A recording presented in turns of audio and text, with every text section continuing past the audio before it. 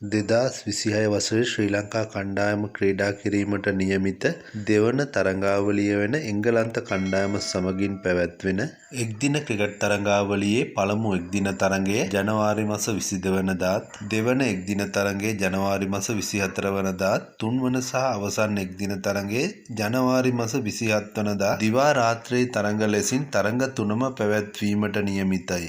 මේ වන විටත් එංගලන්ත ජාතික ක්‍රිකට් කණ්ඩායම දිවයිනට පැමිණ ඇති අතර ශ්‍රී ලංකා කණ්ඩායමද සිය පුහුණුවීම් වල නිරතව සිටිනු දක්නට ලැබුණා. වසර ගණනාවකට පසුවයි කණ්ඩායම් දෙක අතර එක්දින තරඟාවලියක් පැවැත්වෙන්නේ. ශ්‍රී ලංකා එක්දින කණ්ඩායම චරිත් අසලංක මෙහෙයවන අතර ශ්‍රී ලංකා එංගලන්ත පළමු එක්දින තරඟයේදී ශ්‍රී ලංකා කණ්ඩායමේ මේ ක්‍රීඩකයින් 11 දෙනා ක්‍රීඩා කරයි බොහෝ දුරට.